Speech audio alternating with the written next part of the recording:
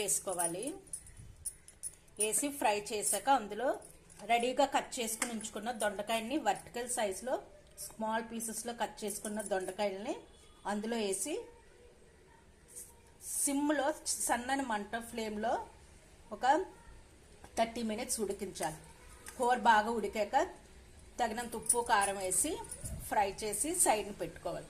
Ready చేసుకున్న బియ్యం rice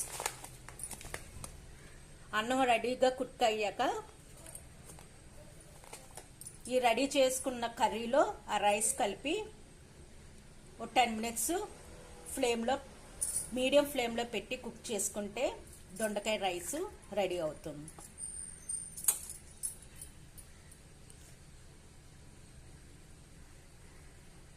Okay viewers, if you like this cooking, please subscribe to my channel. Thanks for watching this video.